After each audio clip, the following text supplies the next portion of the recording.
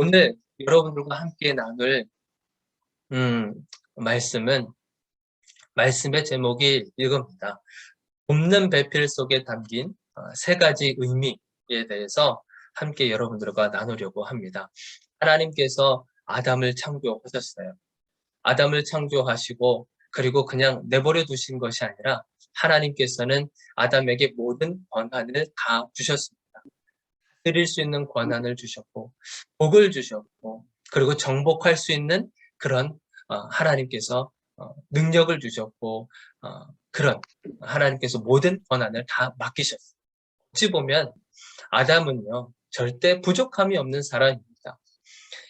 하나님께서 이미 만들어 놓으신 그런 에덴 동산에서 그는 즐기기만 하면 그리고 누리기만 하면 됩니다. 그 어떤 것도 방해할 수 있는 어떤 것도 존재하지 않습니다. 하나님의 능력을 가진 자, 하나님의 권한을 가진 자. 그래서 아담은 그렇게 생활할 수 있었어요. 물론 혼자서도 그렇게 생활할 수 있었겠죠. 그렇지만 오늘 그렇게 부담이 이렇게 부족함이 없이 살아갈 수 있는 아담에게 하나님께서 새로운 것을 등장시키십니다. 그것이 뭐냐면 바로 이 돕는 배필이라고 하는 거예요. 이 돕는 배필. 하나님께서 부족함이 없는 이 아담에게 왜 이 돕는 배필을 하나님께서 주시려고 하신 걸까? 왜 돕는 배필이 필요할까? 그리고 돕는 배필을 통해서 우리 하나님께서 정말 우리들에게 말씀하시고 싶은 것이 무엇일까? 이 돕는 배필이 생김으로 인해서 어찌 보면 가정이 하나 만들어진 거잖아요. 그래서 이 가정을 하나님께서 집중하게 하시려고 이 돕는 배필을 우리에게 주신 걸까? 하나님께서 그것을 말씀하시기 위해서 이 성경 66권 안에 그 돕는 배필, 이 가정이라고 하는 그 국한된 의미로 이것을 사용하신 걸까? 절대 그렇지가 않습니다. 이 돕는 배필 이 안에는요, 정말 엄청난 비밀이 숨겨져 있어요. 그 비밀 가운데서 제가 겨우겨우 이렇게 찾아낸 그런 보물이 있었습니다. 그것이 한 3가지 정도가 있는데 여러분들하고 그것을 나누려고 합니다. 자, 돕는 배필을 통해서 우리 하나님께서 말씀하시고자 하는 그 첫 번째 이유는 무엇이냐면 하나님은요, 미완성에서 완성을 향해서 가시는 분이구나 라는 것을 우리들에게 말씀해 주고 계시는 겁니다. 하나님은요, 무에서 유를 창조하시는 분이셨어요. 아무런 질서가 없는 곳에서 질서를 만들어 가신 분이셨어요. 혼돈이 있는 곳에서 그 혼돈을 제거하시고 뭔가 조직을 만드시고 체계화시키셨던 분이 우리 하나님이셨던 겁니다. 그런데 이 모든 과정들은 뭐냐면 목적이 단 하나예요. 그것이 뭐냐면 하나님의 뜻이 이루어지는 것이 그 목적이셨습니다. 하나님의 뜻이 이루어지는 것이 목적인데 그렇다고 한다면 하나님의 뜻이 이루어졌을 때 하나님은 실수하실 수 있는 분이실까요? 하나님은 실수하는 분이실까요? 하나님은요, 절대 실수하는 법이 없으십니다. 단 한순간도 실수하실 수 없는 분이 우리 하나님이신 거예요. 우리 인간은요, 굉장히 많은 실수를 범하죠. 그렇지만 하나님은 완벽하신 분이시고 정말 절대적인 그런 하나님이시기 때문에 그 어떠한 과정 속에서도 절대 실수하는 법이 없으십니다. 심지어는 우리가 잠시 잠깐 뭔가 잘못된 행동을 한다 할지라도 하나님은 그것마저도 선으로 그것을 바꾸셔서 하나님의 뜻을 결국에는 이루어 가시는 우리 하나님을 발견하게 되는 거예요. 실수하지 아니하시는 하나님. 그런데요, 오늘 본문 말씀에 보면은 약간 우리가 고개를 갸우뚱하게 만드는 그런 구절이 있어요. 그것이 뭐냐면 우리 18절을 한번 보시겠어요? 18절에? 18절에 보면 뭐라고 되어 있냐면 제가 한번 읽어드릴게요. 여호와 하나님이 이르시되 사람이 혼자 사는 것이 좋지 아니하니. 자, 사람이 혼자 사는 것이 좋지 아니하니라고 말씀하셨어요. 여러분들 이 말이요. 얼핏 들으면 하나님이 마치 실수한 것처럼 느껴지지 않으세요? 아담 하나를 만들어 놓고 보니까 뭔가 이상하네. 뭔가 이상해. 부족한 것 같아. 이렇게 해서 뭔가 하나님이 마치 실수한 것처럼 이렇게 느껴질 수 있다고 하는 거죠. 좋지 않다. 부정적인 의미가 들어가 있잖아요. 그런데 조금 전에 제가 말씀드렸듯이 하나님은 절대 실수하는 법이 없으시거든요. 그런데 지금 보면 18절에 보면은 좋지 아니하다라고 이렇게 부정적으로 얘기하신다는 거예요. 정말 하나님이 보시기에 좋지 않은 걸까요? 이것은 그것이 아니라 아직 하나님의 큰 그림 안에서는 완성되어 있는 하나님의 그 큰 그림 안에서는 아직 이 아담 한 명으로는 미완성되어 있는 그런 과정이라고 하시는 거예요. 아담 혼자 만들어 놓고 있는 것이 앞으로도 계속 하나님께서 앞으로도 계속 하나님께서 지금 완성을 향해서 달려가는데 지금 어떤 단계라고 하는 거예요? 미완성 단계라고 하시는 거예요. 아직 완성된 모습이 아닌 거예요. 그러니까 아담 혼자 지금 있는 그 모습을 보면서 이거 잘못됐어. 이거 실수한 것 같아. 이렇게 판단한 게 아니라 지금 완성을 향해서 지금 가고 있는 과정이라고 하시는 거를 우리들에게 말씀해 주고 계시는 거예요. 완성 단계가 아직 아니다. 이제 그거를 우리에게 말씀해 주고 계시는 겁니다. 자, 돕는 배필 이것을 통해서 첫 번째 말씀드렸던 것이 뭐냐면 미완성 단계에서 완성을 향해서 달려가고 계시는 하나님을 우리에게 말씀해 주고 계시는 거예요. 자, 두 번째는 어떤 거냐면 이 돕는 배필을 통해서 하나님께서 우리에게 말씀하시고 싶은 것은 무엇이냐면 하나님은 아담을 인격적인 존재로 대하고 계시다고 하는 아담을 인격적으로 대하고 계시는 하나님. 이것을 아담을 우리로 다시금 표현할 수도 있습니다. 하나님은 우리 인간을 인격적인 사람으로 대하고 계시고 있다고 하는 사실이에요. 인격적으로 대한다는 게 뭐예요? 기계적으로 대하지 않는다고 하시는 거죠. 로봇처럼 우리를 대하지 않는다는 거예요. 생각이 있는 사람, 감각이 있는 사람, 느낌이 있는 사람으로 그런 하나의 인격체로 우리를 대하고 계시다고 하는 사실을 말씀해 주고 계시는 거예요. 자, 우리가 좀 전에 말씀을 봤죠? 18절을 우리가 봤는데 보세요. 혼자 사는 것이 좋지 않아서 뭐라고 그러세요? 내가 그를 위하여 무엇을 지으리라고 말씀하셨어요? 돕는 배필을 지으리라 라고 말씀하셨어요. 그러면 곧바로 돕는 배필을 지어야 되지 않아요. 돕는 배필을 지어주시겠다고 했잖아요. 그런데 곧바로 그 여자를 만든 것이 아니라 지금 무엇을 만들었냐면 19절, 20절을 한번 보세요. 여자를 만든 게 아니라 지금 무엇을 만드셨냐면 19절에 보니까 여호와 하나님이 흙으로 각종 들짐승과 공중에 각종 새를 지으시고 지금 무엇을 지었다 그래요? 또 다른 그 여자를 만든 게 아니라 무엇을 만들었다 그래요? 들짐승을 만드시고 각종 새들을 만드셨다 그랬어요. 자, 그렇게 하고 누구에게 데려갔냐면 아담에게 데리고 갔어요. 아담에게 무엇을 시켰냐면 이름을 짓도록 만드신 겁니다. 이상하지 않아요? 자, 여러분들 문맥상 19절하고 20절을요, 그냥 예를 들어서 빼버리고 18절을 읽고 그 다음에 21절을 읽으면요, 내용이 이렇게 전개가 매끄럽게 이어져 가는 것을 우리가 느낄 수 있어요. 돕는 배필을 주겠다고 했으면 그 다음에 바로 아담을 잠들게 해서 그리고 갈비뼈를 취해서 여자를 만들었다. 이렇게 되어야 되는 것이 맞는데 갑자기 중간에 돕는 배필을 만드시는 것이 아니라 들짐승을 만들고 각종 새들을 만들었단 말이에요. 그리고 아담에게 데리고 가고. 자, 그러면 하나님께서 만드신 이 들짐승과 그리고 각종 새들이 세상에 얼마나 많아요. 정말 많잖아요. 그 종류만 해도 엄청 많지 않습니까?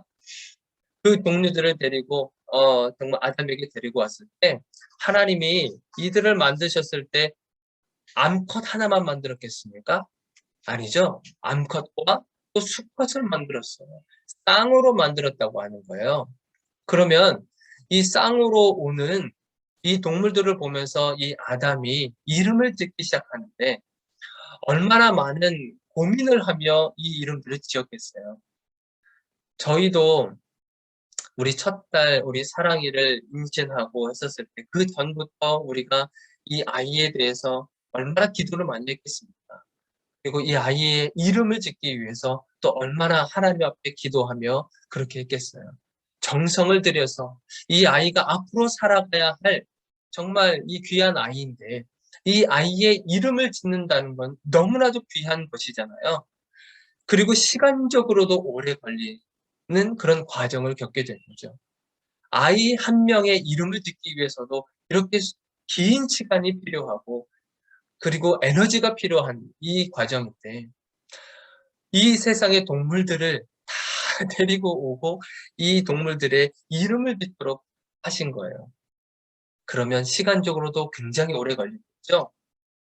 그러면서 이 암수 한 쌍을 보면서 이름을 지어주고 너네들은 호랑이야. 너희들은 코뿔소야. 너희들은 독수리야. 이러면서 이름을 지어준 거죠. 그러면서 이름을 다 지었어요. 시간이 얼마나 걸렸는지는 잘 모르겠습니다. 그렇지만 오랜 시간이 걸렸을 거예요. 그러면서 마지막 이 한 종류의 이름을 딱 짓고 나서 아담이 무슨 생각을 했겠습니까? 아담이. 가만히 생각해 보니까 다른 동물들은 전부 다 짝이 있단 말이에요. 다른 동물들은 전부 암수가 있단 말이에요. 그런데 정작 본인은 자기는 지금 혼자인 겁니다. 혼자. 그러면서 스스로 생각하지 않았겠어요? 다른 동물들은 다 짝이 있고 다 그런데 왜 나는 짝이 없지? 나는 왜 혼자지? 라고 하는 스스로 자각하는 일들이 벌어지게 되는 겁니다.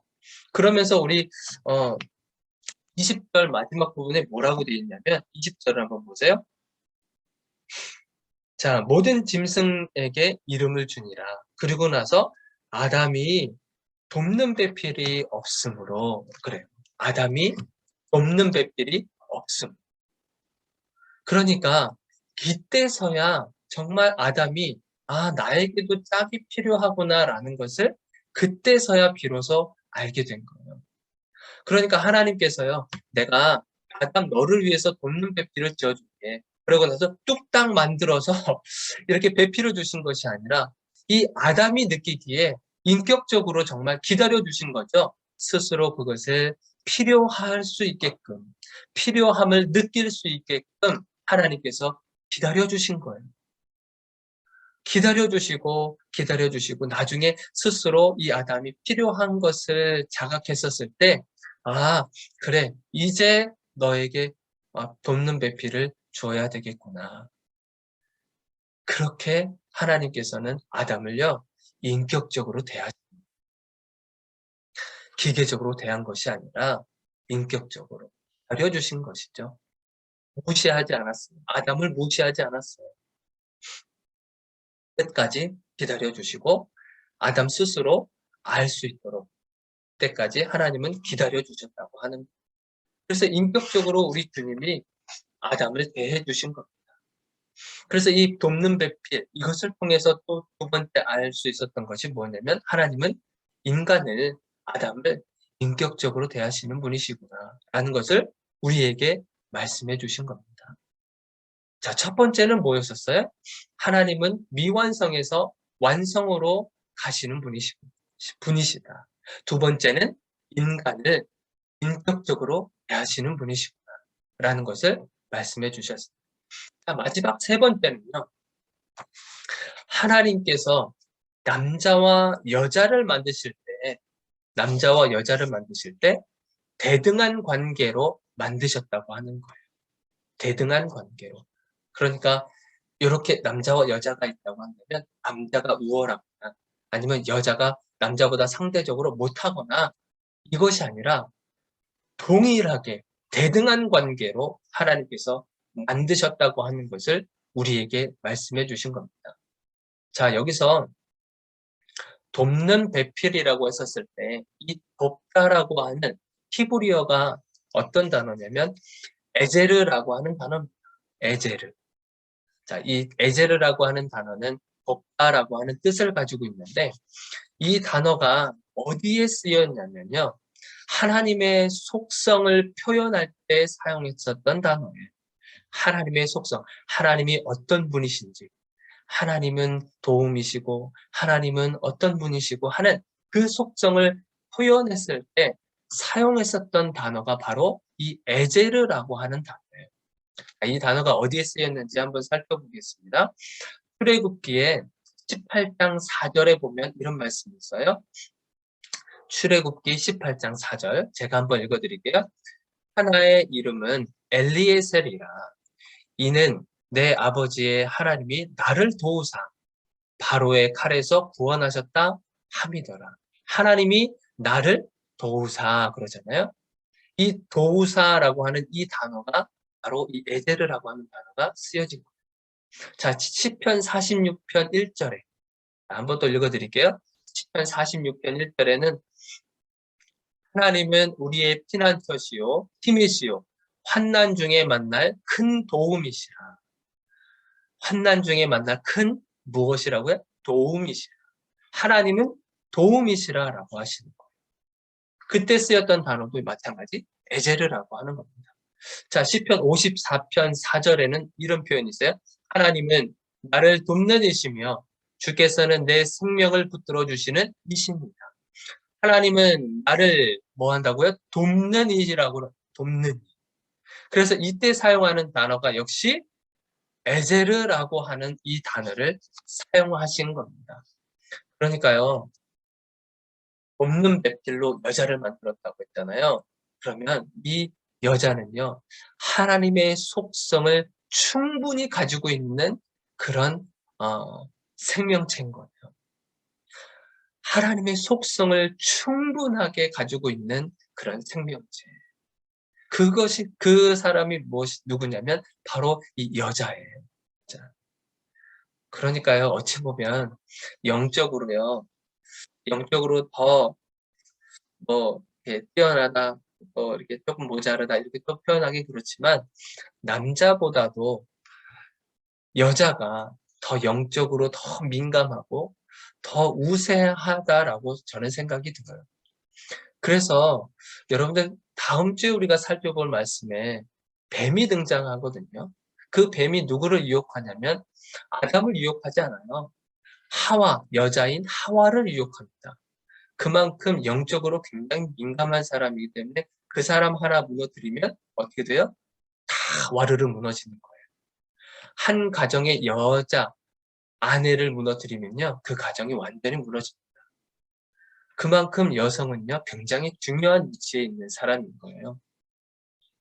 자, 그래서 그 여자를 만들어 가시는 이 과정을 한번 살펴보도록 할게요. 아담을 하나님께서 깊이 잠들게 만들었다고 했어요. 이 여자를 만드는 그 과정 속에 하나님께서요, 이 아담을 깊이 잠들게 만들었다고 했어요. 자, 히브리적인 사고에 있어서 잠들다라고 하는 것은요, 어떤 거와 똑같냐면 죽었다라고 하는 거와 일맥상통합니다. 죽었다라고 하는 거와 잠들다라고 하는 것을 동일하게 사용했었어요. 이 히브리 사람들은. 그래서 우리가 성경을 살펴보면요. 어떤 어떤 어미가 자기 자식이 이렇게 죽었다라고 표현을 했었을 때 예수님이 뭐라고 그랬어요? 죽은 것이 아니다. 잔다라고 표현을 했단 말이죠. 사실 죽었거든요. 잔다라고 표현을 하셨단 말이에요. 그러니까 자는 것과 그리고 죽은 것을 이렇게 동일하게 사용하게 됩니다. 그러니까 아담을 깊이 잠들겠다라고 한 것은 어떤 거냐면 사실은 거의 죽음에 이르기까지 하나님께서 만드신 거예요. 그 상황 속에서 아담의 옆구리에서 갈비뼈 하나를 취하게 되죠. 갈비뼈 하나를 취해서 이제 그것을 하나의 또 생명체로 만드는데, 이 사람들, 이 히브리 사람들은요, 이 뼈에 대한 이 사고가 좀 남달라요. 뭐냐면 이 뼈에는 피가 있고, 그리고 그 피는 곧 무엇을 얘기했냐면 생명이 있다라고 이 사람들은 생각합니다. 그러니까 아담의 옆구리에서 갈비뼈 하나를 취해서 만든 또 하나의 형상이 무엇이냐면 하나의 생명체로 여기게 된 겁니다. 하나의 생명체. 그래서 아담이 깊은 잠에서 깨어나자마자 이 여인을 바라보고 어떤 고백을 했어요?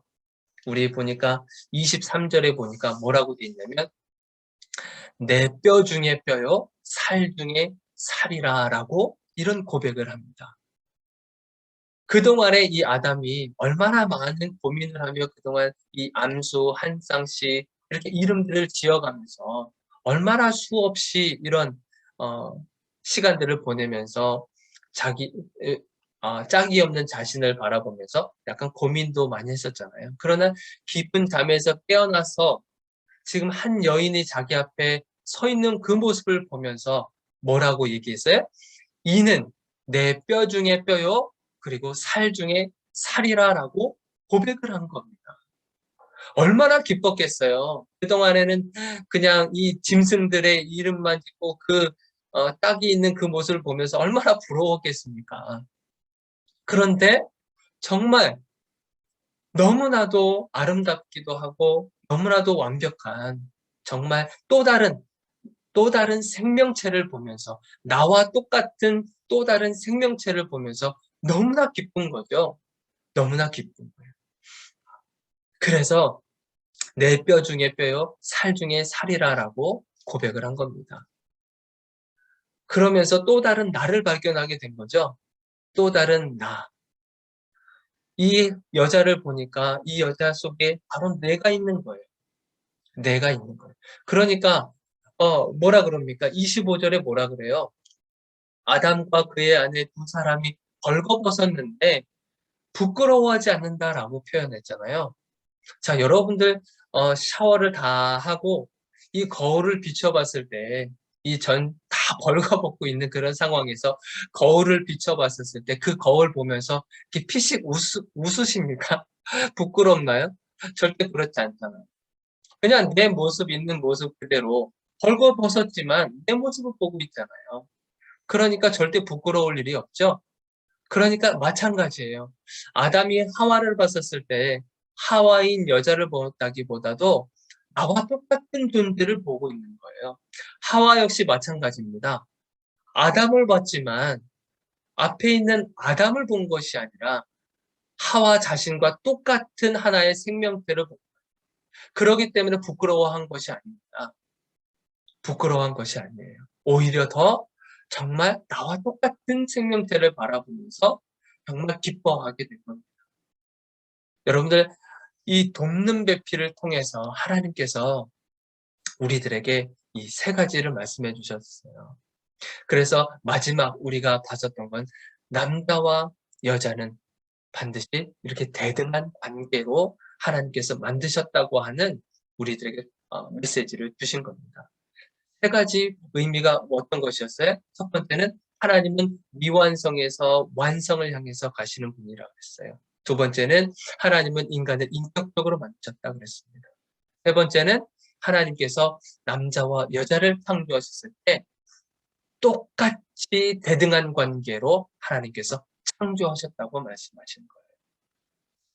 말씀을 좀 맺으려고 합니다. 하나님께서 우리들을 미완성의 존재로 만드셨어요. 그러나 여러분들 모두가요, 다 지금 미완성의 과정 속에 있습니다. 완성을 향해서 우리는 달려가고 있어요. 완성을 향해서. 우리 가정들도 마찬가지입니다. 우리 가정들도 다 완성의 단계로 지금 가 있는 것이 아니라 아직 미완성의 단계인 거예요.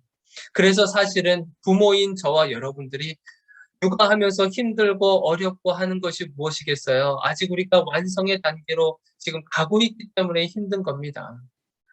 그렇지만 하나님께서 미완성의 단계로 그냥 머물지 않게 하시고요. 완성의 단계로 우리를 이끌어 가시는 우리 하나님을 우리가 경험할 수 있는 겁니다. 여러분들은요, 지금 미완성의 단계 속에 살아가고 있어요. 우리 사업장도 마찬가지일 것입니다. 여러분들이 속해 있는 모든 이 공동체 안에서도 아직 완성의 단계가 아닙니다. 미완성이지만 완성을 향해서 달려가고 있습니다. 자, 또 하나는 하나님께서 우리를 인격적으로 대하셨어요. 기다리고 계신다고 하는 겁니다. 여러분들 스스로 깨달을 때까지, 여러분들 스스로 내가 스스로 죄인이었구나라고 하는 것을 깨달을 때까지, 주님께로 돌아올 때까지 강압적으로 그냥 끄집어내는 것이 아니라, 그냥 로봇처럼 기계적으로 여러분들에 대한 것이 아니라 여러분들의 생각을 존중하시는 분이세요. 여러분들의 마음을 존중하시는 분이시고, 여러분들이 그동안에 배워왔었던 지식과 이런 경험들을 하나님께서 다 존중해 주고 계세요. 그것을 통해서 너희들이 스스로 자각할 때까지 하나님은 기다리시고 기다리시는 겁니다. 그 기다리심은 끝이 없으세요. 그래서 사실은 지금 이 순간에도 우리를 남겨두신 이유가, 그리고 하나님께서 이 땅에 오셔서 다 심판해 버리셔도 되는데 지금 이 순간에, 그러나 그렇지 아니하시고 지금도 기다리고 기다리신 이유가 뭐냐면, 스스로 자각해서 돌아와야 할 사람들이 아직까지도 너무나 많다고 하는 거예요. 그래서 기다리고 계시는 겁니다. 스스로 돌아올 때까지. 그리고 또 하나는 여러분들 남자와 여자를 동등한 관계로 만드셨다고 하셨는데, 지금 오늘날 우리가 살아가고 있는 이 시대는 많이 바뀌긴 했어요. 그러나 여전히 불평등한 모습을, 차별의 모습을 가지고 있는 사회의 모습들을 우리가 여전히 보고 있습니다. 연약한 존재이기 때문에 여성은 피해의 대상이고 희생의 대상이 되고, 그렇게 노출되어져 있는 이 사회, 반드시 좀 바뀌어야 되지 않겠습니까? 그런 것을 우리들에게 하나의 또 다른 숙제로 우리들에게 주신 줄로 믿습니다. 여러분들 오늘 이 말씀 가운데서, 그리고 한 주 동안 살아가실 때 돕는 배필에 대해서 다시 한번 여러분들이 묵상하시면서 하나님께서 주시는 마음으로 승리하시며 살아가시기를 정말 주님의 이름으로 축원드립니다.